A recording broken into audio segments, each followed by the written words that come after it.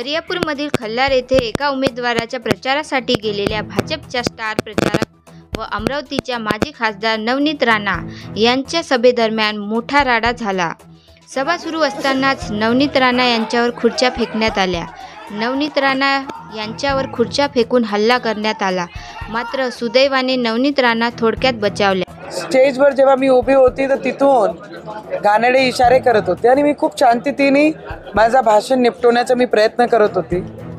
तिथून मला हुटिंग करत होते आणि जेव्हा मी खाली आली भाषण संपवलं तरी मी काही रिॲक्ट नव्हता केला। पण माझे कार्यकर्त्यांना पाहून मला पाहून जोरात अल्लाहू अकबर करायला लागले आणि मग मारायला जेव्हा माझ्या लोकांनी आजूबाजूनी सगळ्यांनी सांगितलं देशमुखांनी की भाई तुम्ही भाभीला काहीच म्हणू नका, ताईला काहीच बोलू नका, थोडा घाण शब्द यूज करू नका, तुम्ही मारून टाकणार म्हणून राहिले, काहीच बोलू नका। त्यांचं भाषण संपलं की आम्ही जाणार आहे आणि त्यांनी एवढंच म्हटलं फक्त की आम्ही जाणार आहे।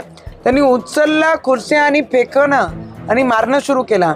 मग माझ्यासमोर आले, स्वतः आमचे पत्रकार बंधू तिथे होते, गावाचेच तिथे होते, ते वाचवण्याचा प्रयत्न करत होते, पण त्यांची राग जे माझ्यावर होता, मला पाहून शिव्यागाळ करणं, तुला मारून टाकू, तुला गाडून टाकू आणि खुर्च्या माझ्यावर फेकणं, माझे कॉन्स्टेबलला लागणं, यांचे डोळ्याचं पूर्ण हे फाटलं। दुसऱ्या व्यक्तीला जर मी आज तिथे नसती मला तर मारलंच, माझ्यावर खुर्च्या फेकलंच, ते स्पष्ट व्हिडिओमध्ये दिसत आहे। आणि ते स्वतः त्या गावाचे पत्रकार मला वाचवणारे आणि माझे 6 अंगरक्षक होते माझ्यासोबत आणि 3-4 माझे PA, त्यांनी पूर्ण असं घेरला आणि मला शिवीगाळ करून माझ्यावर थुकले।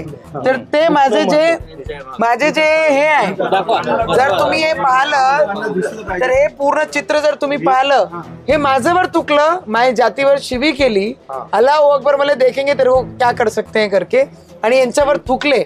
यांनी असं मला वाचवलं म्हणून त्यांचे कपड्यावर ते पडलं आणि आता आम्ही गुन्हा दाखल केला आहे।